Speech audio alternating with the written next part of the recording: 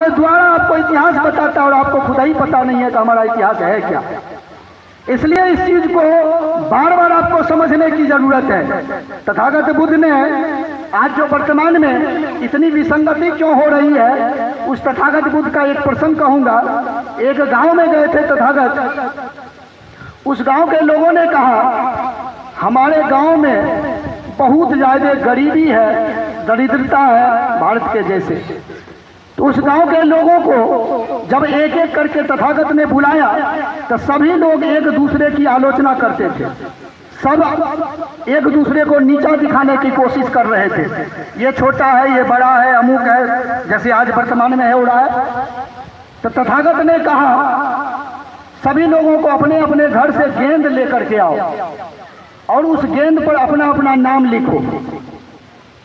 तो 100 लोगों को बुलाया और अपना अपना नाम लिखवाया। उस गेंद को एक रूम में फेंकवा दिया और कहा अब जाओ उस गेंद को चुनो और ये काम 10 मिनट में से ज्यादा नहीं होना चाहिए।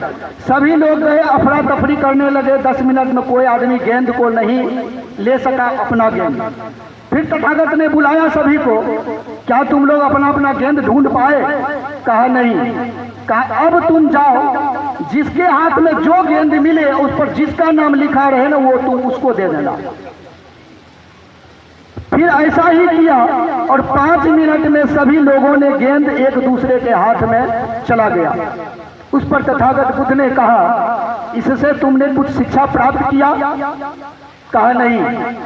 कहा इसका मतलब यह है कि कोऑपरेशन की भावना, एक दूसरे को कोऑपरेट करो, तुम्हारा गांव उन्नति के शिखर पर पहुंचेगा।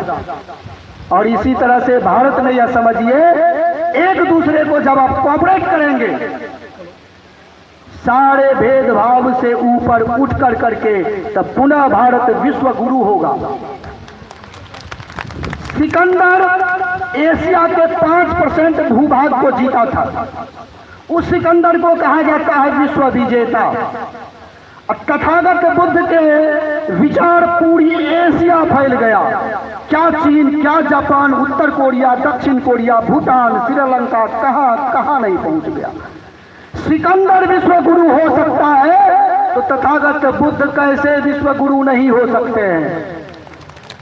यह समझने की बात है। जो जीता वही सिकंदर, लेकिन जो जीता वही चंद्रगुप्त नहीं। इस चीज को आपको समझने की जरूरत है कि इतिहास को पुनर्लेखन, और वो पुनर्लेखन कोई नहीं करेगा, अपना इतिहास आप ही को करना पड़ेगा। तब जाकर के भारत पुनः विश्व गुरु होगा।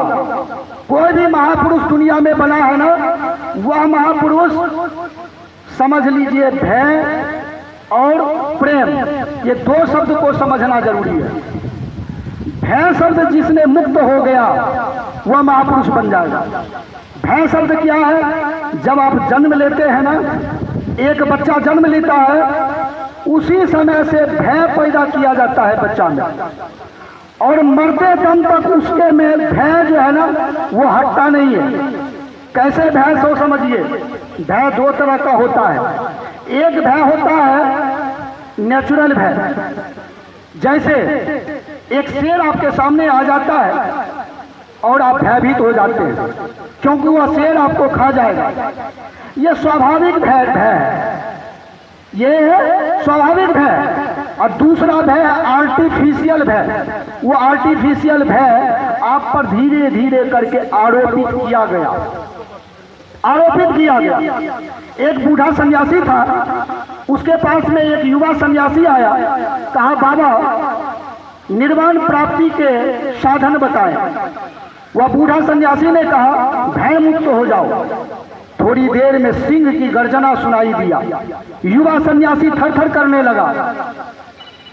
बूढ़ा सन्यासी ने उसे कहा अरे तू डर गए क्या? कहा गुरुजी मैं डर गया हूं, मुझे 1 गिलास पानी पिला दीजिए, मैं किसी तरह से सांस ले सकूं, मैं घर को जा सकता हूं। उसने कहा बाबा 1 गिलास पानी दे दीजिए। वह अपने कुटिया में पानी लेने के लिए गया और जिस जगह पर बूढ़ा सन्यासी बैठा हुआ था ना, उस जगह कोई पवित्र वाक्य लिख दिया। युवा सन्यासी ने उस बूढ़े सन्यासी के आसन के नीचे में कोई पवित्र बना दिया। जो ही वो बूढ़ा सन्यासी आया और ऐसे पैर रखा तो वो पीछे